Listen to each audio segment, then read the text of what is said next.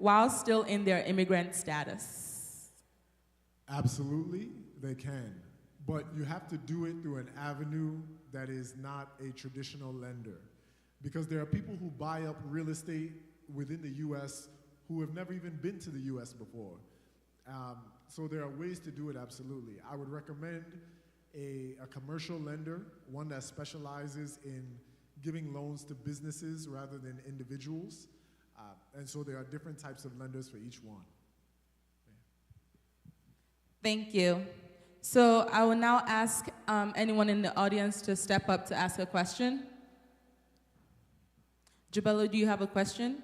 All right, please step up to the mic. How you doing? So I have a question for you. So you talked about like how you worked in like corporate America, MTA, and then 5 years from now you're like doing well. So say like you graduate, you live with your parents, you get along with your parents fine, you make like $3,000 every check bi-weekly. You're like, well, I don't want to do with this money. Like, how do you like use that to like get to like the real estate like properties and all that?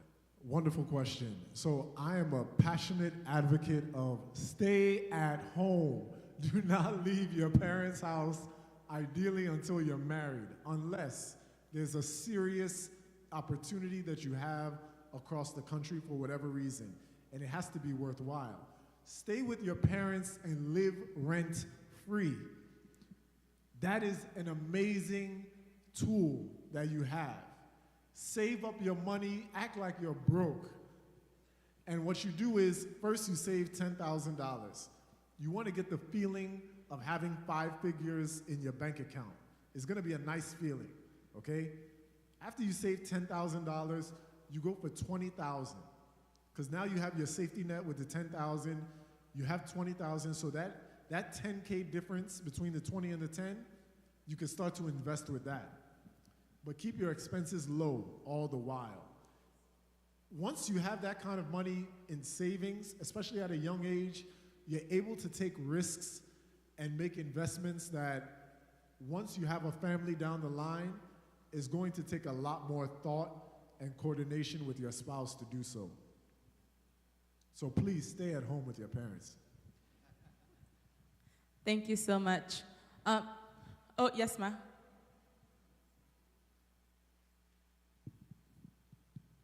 Okay, just to add to what Joshua just said,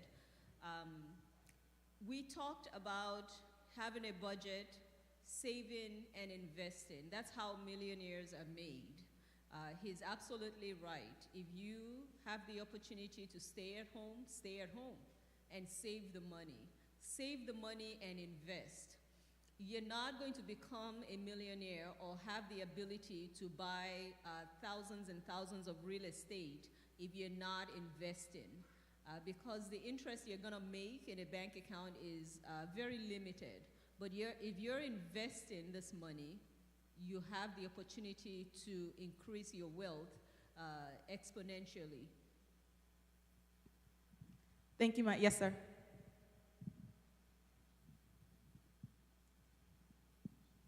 Well, let me add to it, right? Having an understanding of where your money goes, what comes in and what comes out is crucial. You know, a lot of us spend money. We make money, we spend money, but at the end of the year, sometimes you look at, if you're working and you have a W-2, and you say, oh, I brought in this amount of money, but we don't itemize to understand where that money went. Once you understand where that money is going, you can make adjustments. You can make trade-offs. You'd say, I'm spending $500 or $200 on groceries. Do I really need those $200 on groceries if I'm trashing $20 worth of groceries? Every penny counts. If you treat it that way, you will manage your money more effectively. You can't say it enough to stay at home. I told a lot of people that stay at home even as much as they were itching to jump out. I said if I had that opportunity, I would have stolen it a long time ago. But enjoy. Stay at home, save your money, understand what your expenses are, your income, your expenses, your gas. Check out how much you spend on gas. We just buy gas with our credit cards. And sometimes we don't remember how much we spent because we don't go back to it. So even at this point, every month I still do a review. I do a review with my wife on a check-in meeting to see how much we spent for the month. And we understand what we need to adjust. If I don't need to drive all the way to Upper Marlboro, then I don't need to. I've saved that amount of gas that I'd use for a full tank of gas. But every amount counts, and it adds up. Little drops of water make a mighty ocean. So never, I want to say, always leverage what you have until you get to where you want to be. What you have is enough. Keep working with it until you move to the next level. Thank you. Thank you, sir. We have a question from someone from the internet. What are the benefits of investing into properties under the title of an LLC? Okay, so under the title of an LLC, the greatest benefit is that it will not affect your debt-to-income ratio. So this is what this means. If you buy properties in your name, you will have more advantageous interest rates, meaning the interest rates will be lower compared to if you're buying them in an LLC. However, after you have 5 properties in your name, what will happen is the bank is going to make the lending standards more stringent for you. So you're gonna have to have a lot of cash in your bank account to prove that you can support these properties down the line. After you get to 10 in your name, you're maxed out. When you start to fund in your LLC, these commercial lenders, they don't care how many properties you have. They don't care how much debt you have for the most part, because it's not in your actual name. You'll have to personally guarantee the loan, but the loan itself will not be against you yourself. Does that make sense? So it's really, you get that greatest benefit when you scale. It also does provide a certain level of greater security for you and anonymity, having a property in an LLC versus your name, but you don't have to think about that early on. Buy properties in your personal name, make sure you have good liability insurance and umbrella insurance, so just in case anything happens, you're not personally liable. But for the most part, yeah, don't worry about LLC until after you have at least 5 properties. Or unless you're pursuing a commercial deal that has at least 5 units or more. So that's it. Thank you. I have a question about branding yourself. I know that we're in the age of like TikTok and Instagram influencers and YouTube and things of that sort. For someone who ideally would like a private life, how do you brand yourself in such a way that you're kind of straddling that fence enough to, I guess, make money from that platform, but not enough for people to demand information about your personal life? Like, how do you kind of navigate that, especially as a believer?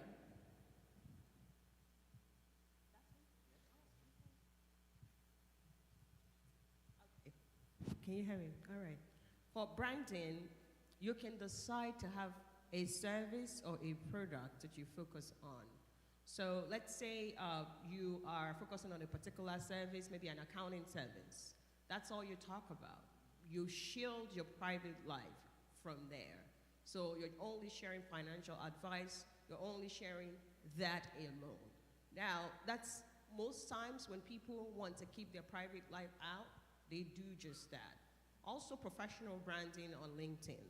You can decide that nobody knows whether you're married, you have a child, or anything. You focus on that service or the product you're selling. That's the only way to keep people out. Now, in this age and time, people can Google and find out more about you on other platforms. How have I done my branding? I shared it all.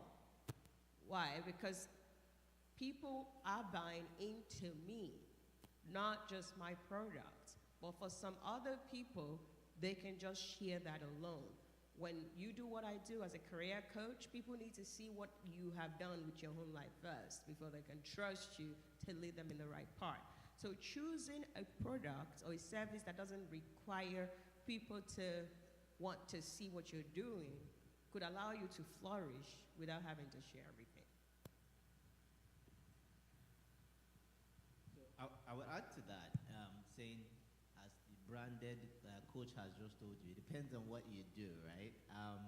But having an understanding in this day and age, anything you put online pretty much is fair game to everyone, right? So having an understanding that if it's something you don't want the public to know, then don't share it. Because if one person gets it and starts to share it around, then it's pretty much gone. But you have to be confident in who you are and overcome that fear. And I think that's what she has proven to you and showing you that that's what she does to stand out, to say, if you're going to throw a punch at her, she'll be ready to receive that punch because she was ready to give it out in the first place. And that's what you have to be ready for. But you are blessed to be who you are, and you're great just knowing that you are good with who you are. Thank you both. Hadija? Quick question. I want to know, what are the companies that for instance now, you want to buy like units, like a nice house. Do you know the companies that sells, is there a website? Is there like company names that you have to go meet to get like the units that you want or the house that you want to flip or you want to buy, and use, because you can't, how people will use Zillow, we can't use that for that kind of properties you want to sell, For instance, like Zillow is just for for regular residential, just go to get it and stuff like that. But they are like basically like companies that are in charge of selling houses or in charge of websites where you can see houses that you can flip. And also, where are the places that you can buy like inexpensive, budget-based materials if you want to like flip a house? All right, check. All right. So I'll start off with your first question, which was, where is the best place to find properties, essentially? And websites. Okay, so we'll put it into 3 categories. The first category is off-market deals. Off-market deal means this has never been posted anywhere. It's not on the public market. It's just you connected with someone who you found out, oh, they're interested in selling their property. And then you can arrange a deal between them and buy their property, and I would never know about it. The second is what you were talking about in reference to Zillow, Redfin, Realtor.com. You can find all types of properties on there, but primarily residential properties and small commercial properties. Now, the third category is where you have commercial properties, where you're more than likely going to find them on a website such as LoopNet.com. LoopNet will have properties that will, you may see something on there for $50 million. Large warehouses, large apartment buildings. But for the most part, the smaller properties that are more so residential will be found on a Zillow or Redfin, because people want the most exposure, and that's where you get it.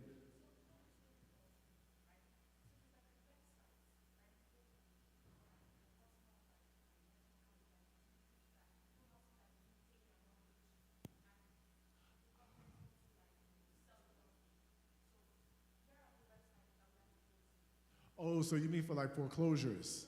Okay, so foreclosures, which are also known as REOs, real estate owned. You can go on the Fannie Mae website. That should be, Fannie or Freddie Mac websites. So that's after the government has taken possession of that property. That's where they'll list. But just because it's on that website doesn't mean it's a good deal. Because the government has gotten wiser, where they're like, we understand how much is owed, but we also know how much this property is really worth. So those foreclosure prices have gotten much higher than they once were. But that's a good place. You should also look on Facebook groups, because there will be a lot of wholesalers. Wholesalers are people who try to sell off-market deals, contracts to other investors. And what you'll find on there is someone saying, hey, I've got this property under contract. And just look up like Baltimore Real Estate Investors Group or Baltimore Wholesalers Groups on Facebook. And you'll see those posts all day long. The thing about Baltimore, though, most of those properties you'll see for sale are in really tough areas. So auction houses, that's a different category. That's where, in this area, you go on ajbillig.com. That's one big auction house. And another one is Alex Cooper Auctioneers. So those are the two biggest auction companies in the Baltimore area. So there are auctions, there are foreclosures, there's private owner, there's off-market. There's so many different ways you can acquire real estate. Thank you. I do have to go at this time. I'm sorry. Okay. Yeah, thank I you so much understand for that. the opportunity. And God Thank bless you. all. We can give a better round of applause than that, I think. Thank you. So we have just one last question from Auntie Margaret.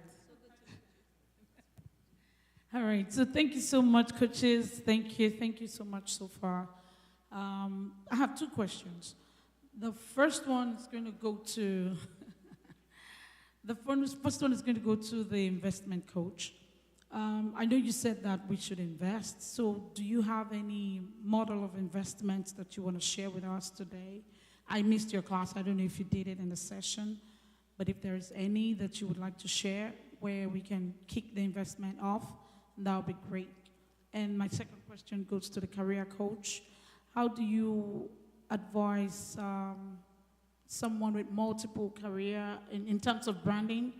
So for instance, you have just one LinkedIn account and that can only speak for one part of your career, but you have other businesses that you still need to brand out there and need to market. How do you encourage such person to go about it? So I can take your first question, and I have to put a disclaimer out there because I am not a financial advisor. Investments are very personal, and it depends on your level of tolerance for risk. Not everybody is willing to take the risks or the long-term outlook that it takes to have your money grow and really work for you. It takes years and years to be able to see the type of returns that I think you're talking about in your investments.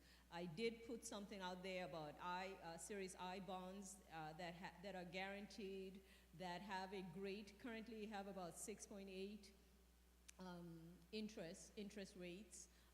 There are obviously other tools out there that you can use.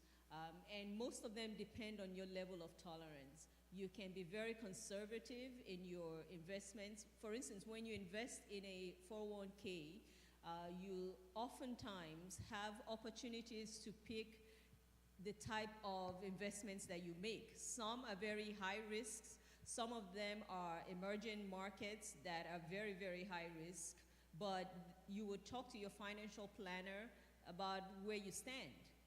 Are you going to lose sleep over your money going up and down, because that's what happens in the stock market?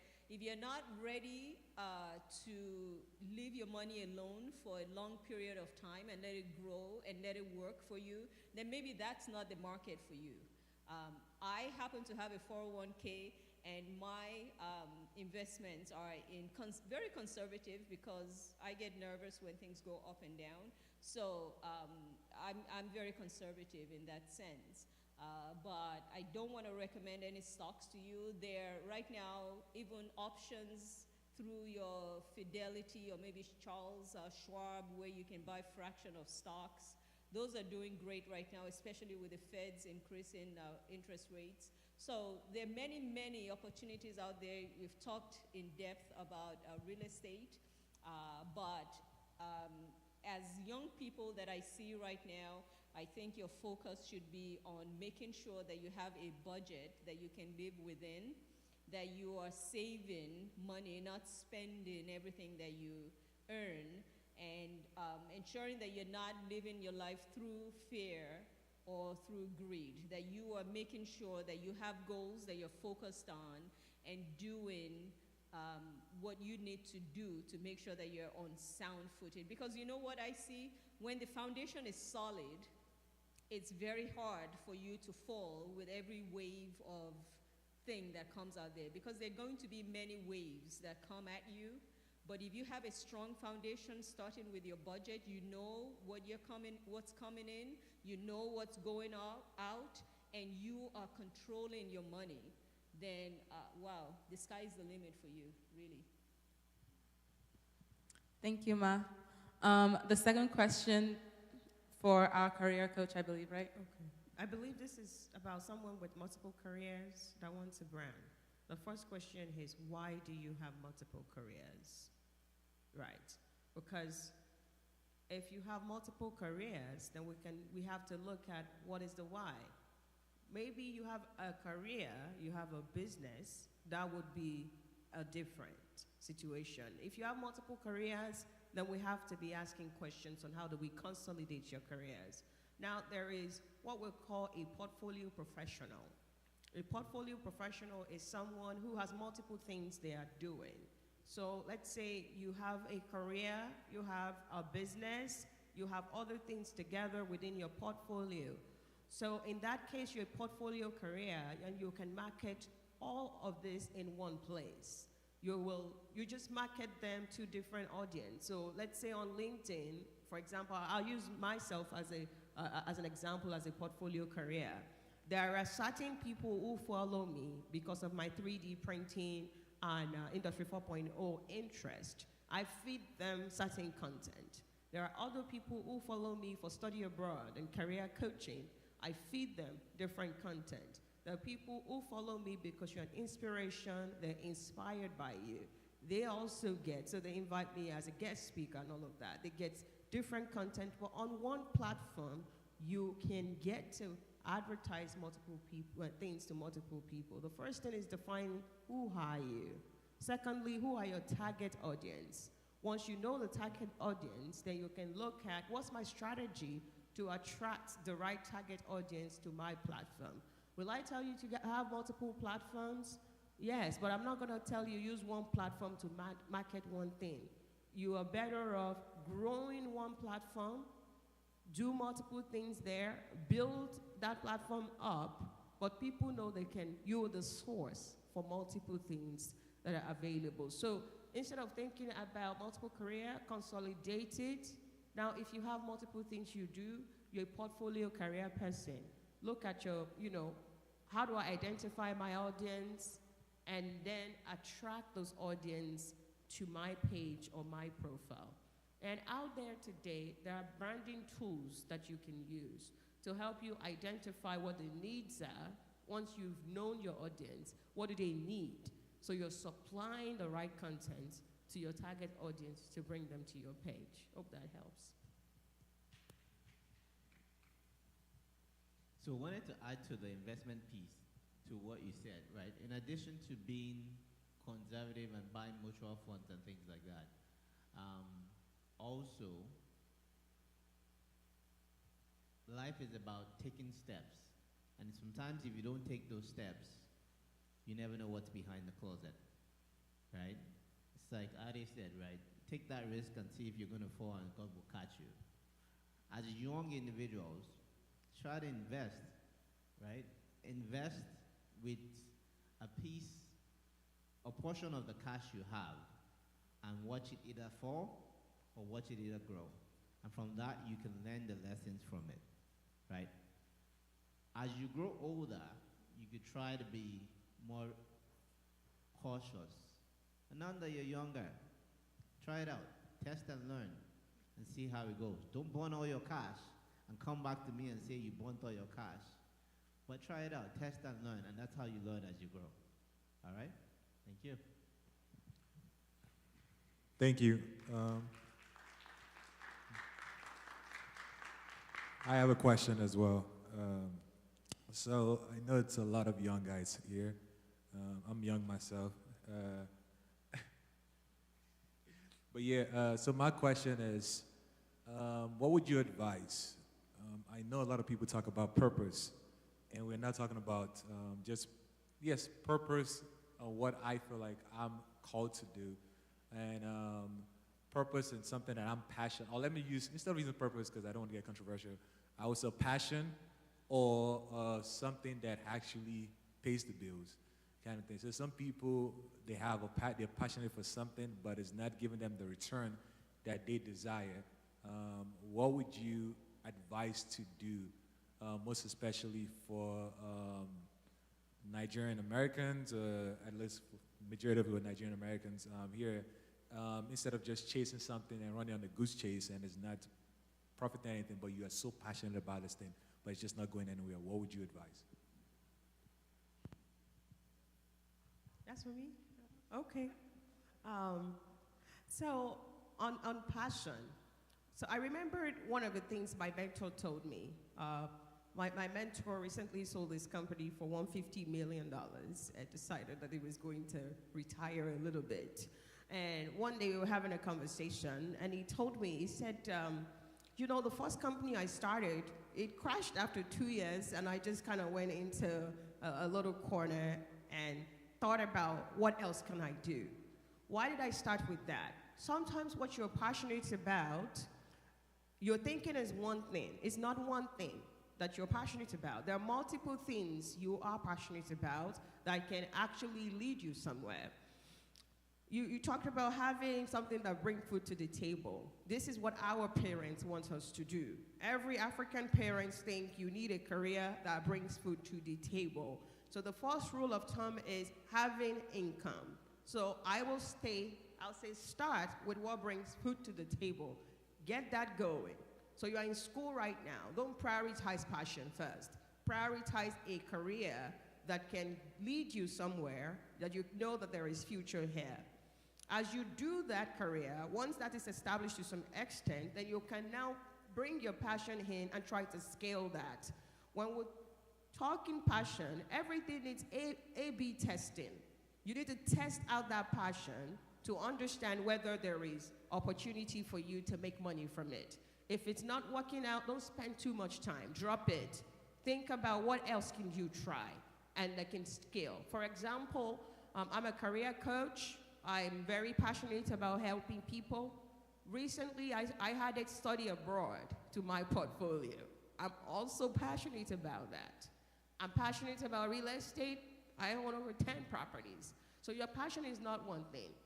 Your passion could be multiple things, right? So I want, everybody needs to be able to write down a list of what your side hustle would look like. Let's call it side hustle and not just passion. Then when we call it side hustle, then you look at it. What opportunities are in this for me? Do people need this? Who need it? And will people pay for this? When I started out helping people, I started STEM Hub Foundation. It was a foundation, a charity organization to help people. I wasn't making money from it. I was coaching people with their career. I was doing a lot of things, but it wasn't making money. After running that STEM Hub Foundation as a pilot for 1 year, then I sat back and said, how can I make money from helping people? So I spin out D-Tech-Centrics, my career coaching, out of that. What I'm saying here is sometimes you start out as free. During that free, you build an understanding of what this could look like. You build an audience who are interested. Now, pause after a while. Do an analysis of, is this helping people? Are people hungry for this? If I want to charge for this, will someone pay me for this? Don't be afraid to start charging for it, but spin out something else. I didn't turn STEM Hub into now pay me for it. I left it on its own. It's carrying itself. Then I spin out a career coaching on the side and grew that. Why? Because now I have audience from STEM Hub who are there. Then I give them a new product that they can purchase. Everyone's passion can feed them, but your passion cannot be one thing. Don't also leave school, abandon everything, and say, I want to just do this passion. Have a career path that sustains you for a while. This year, I quit my job to focus on my passion, right? Because I have scaled that passion to a point where it doubles my salary from my full-time job. So what am I saying here? some people's passion stays small, they never scale because they didn't understand that a passion that you have turned into a business, you need business strategy. You need to write a business plan. You need to now look at what do I need to scale it as a business. It's not going to scale if it remains a one-man business with no plan. So everything you want to start out, put a business plan in front of you, let it make sense. If it doesn't, maybe it's time to pack it aside. Let's pick the second passion. Let's always do market research. Who needs this? Will they pay for it? If the answer is yes, build a business strategy around it.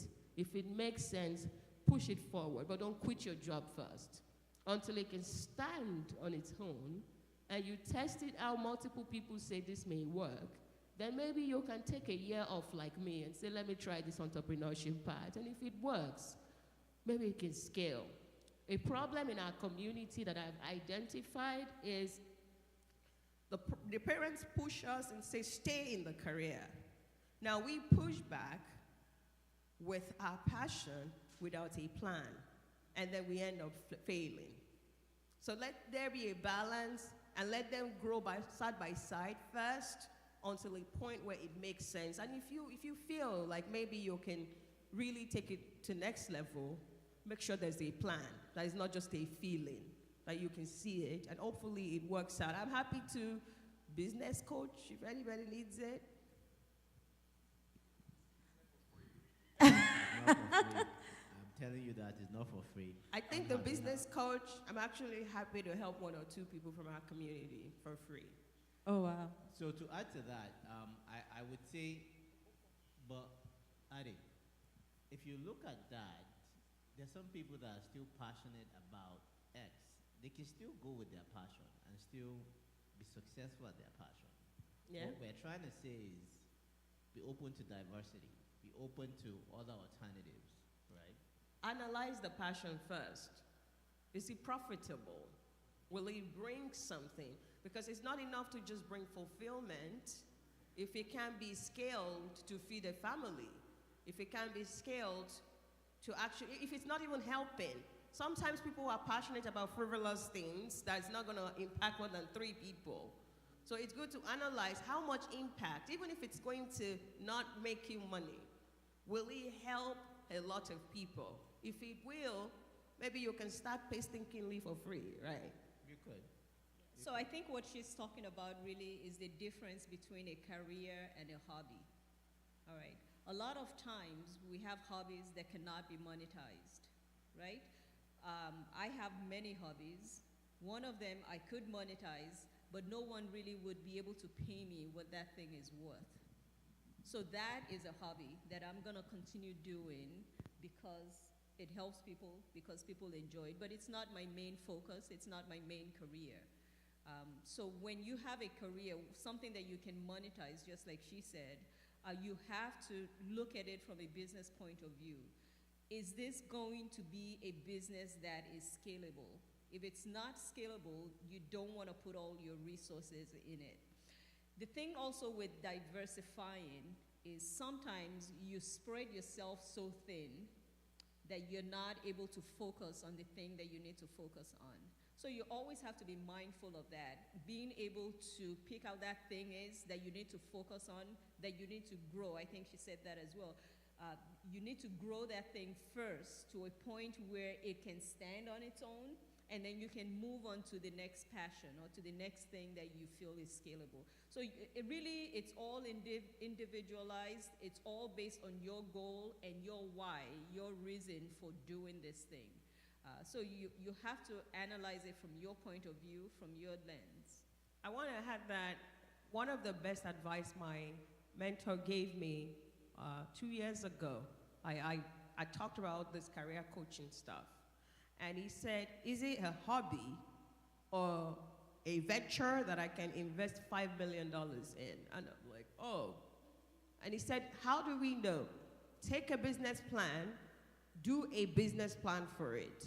A business plan that I bought allowed me to see 5 years, what can I make? And he said, if you cannot pay what companies are paying you right now, it's a hobby. It's not a venture that can turn into a company. And by the time I finished that business plan, I realized in 2 years, it's gonna make me what my company was making me. And that business plan was really correct. This is my 2-year and I've quit my job. So if you do your business plan and it's looking like it cannot generate any income, then it's a hobby. Just do it for fun. It shouldn't replace your career. Agreed. Always balance. There's always a balance in life. Know who you are. Know who you are. Know what you can tolerate. And know how you want to proceed with it. So it's always the balance. Don't do things because Dr. Ade does it, because Tommy Day does it. Do things because you know deep down, this is who you are, this is what you can take, and this is how you would sleep at night. There are things that she may be able to tolerate that I may not be able to tolerate, but understanding who I am makes me sleep well at night. Understanding who she is makes her sleep better at night. So you are enough. Try to find out who you are. Always opportunities to test and learn, and then reevaluate, make trade-offs, make adjustments. But the key point is know what you can tolerate. Thank you all so much. Can we give them a round of applause? This was so awesome. Was anyone here blessed? That sounded really weak. Was anyone here blessed? Exactly. Thank you so much to our panelists for this, for the sacrifice of your time, your wisdom. We really appreciate you, and God will bless you and continue to increase you in all that you do in Jesus' name. Amen. So you can clap for me, Tumuk Badura. You can do small clap. Thank you. So we found keys outside. I don't know if anyone lost their keys. Please just come pick it up from right here. It's yours? Oh, okay. All right, so we're going to go to the next session. I believe it's the scholarship giveaway for the next session. Yeah. Hey, everyone. Did everyone get a ticket?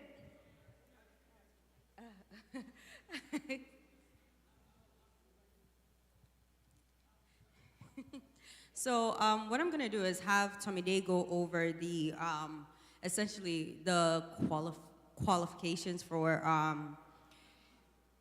getting a ticket so that everybody is aware of, what it takes to be able to get the scholarship.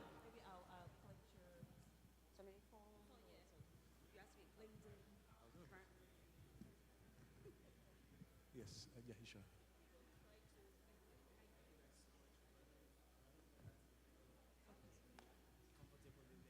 Hey. Hey.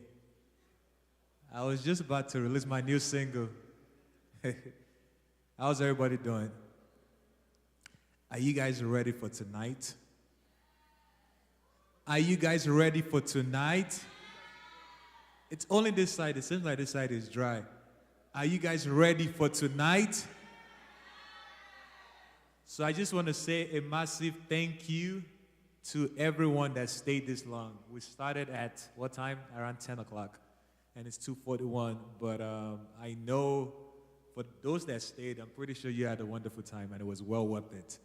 I was in a session, I will tell you how excited I was that I had to call my tech team guys. Guys, I understand you're working, but you have to go and listen to this. Information is power. Sometimes you would think that some people are just smarter, they just know more.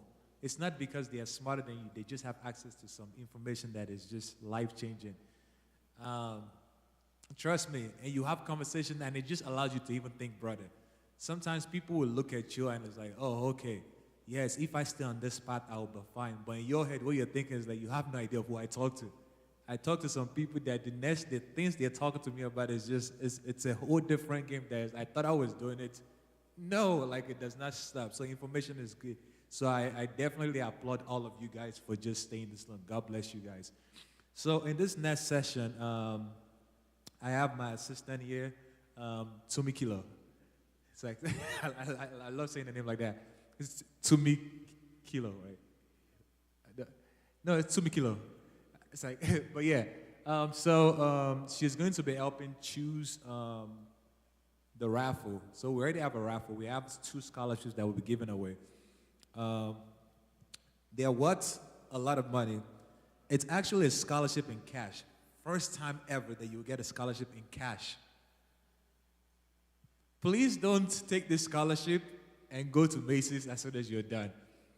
It's supposed to improve your life. I will actually give you an advice. You guys were in a few sessions.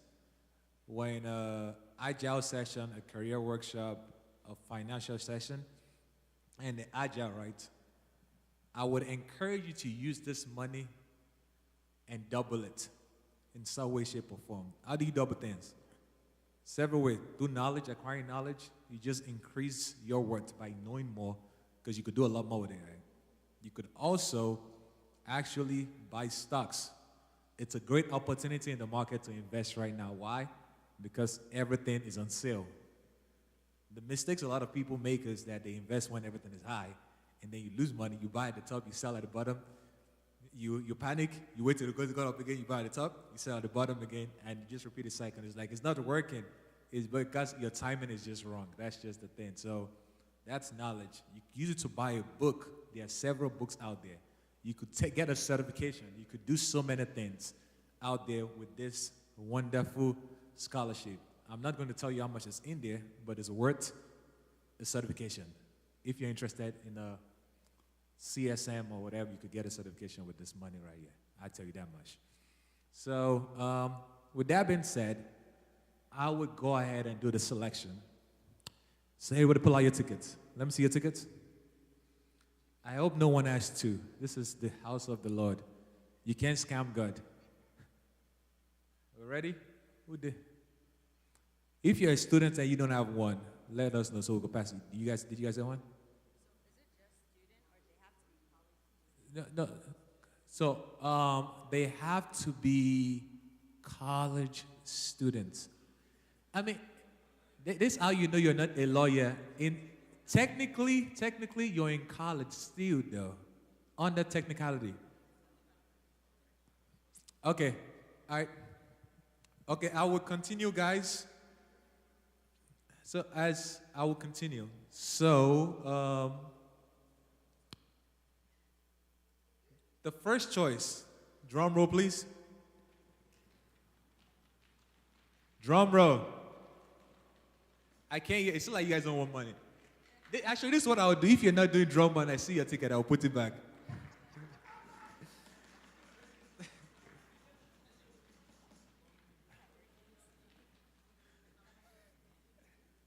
Okay. Oh, I just picked up 3. Ticket number. Are you ready for this? Are you ready for this? 6. Who's out? Who's out? 2. Technical guys, did you get tickets? You didn't get tickets? Please get them tickets. All of you, come and get tickets, please.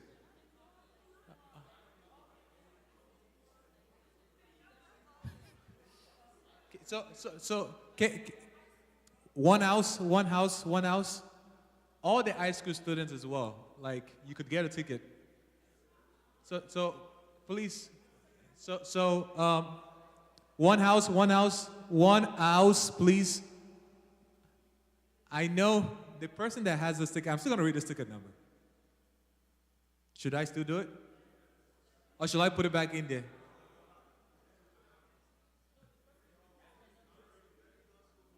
I only read the same number, so it's like it's still the same for everybody, technically. So, in theory, everybody still has a fair chance.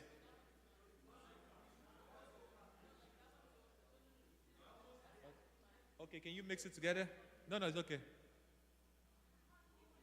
I didn't put it back.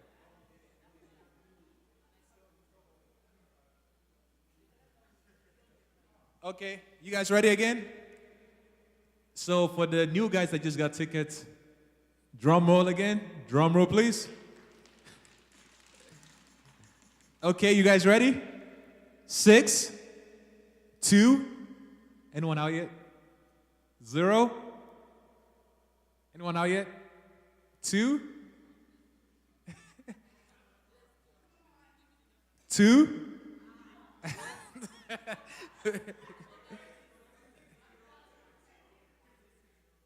62022. Last number 9. You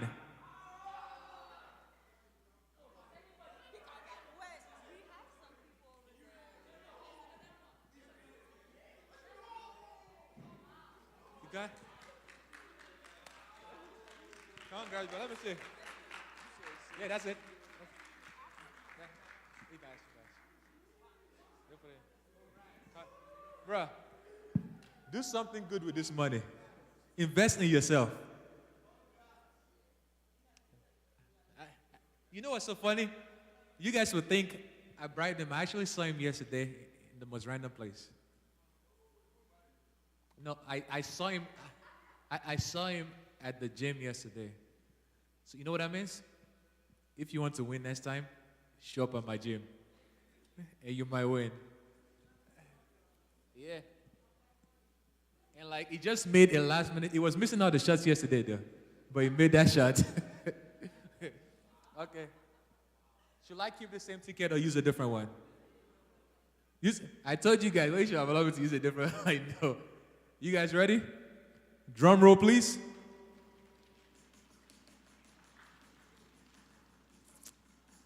6, 2, 0, 2, 2.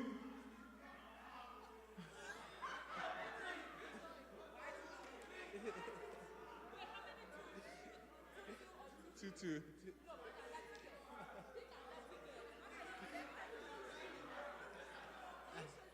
You guys ready?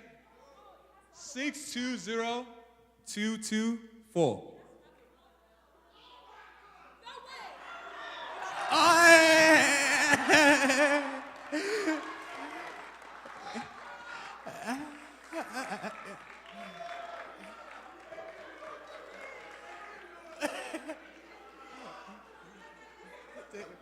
Go. Let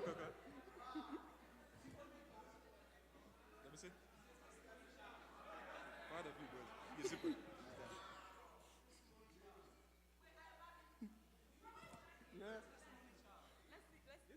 He always win. Oh, you remember him?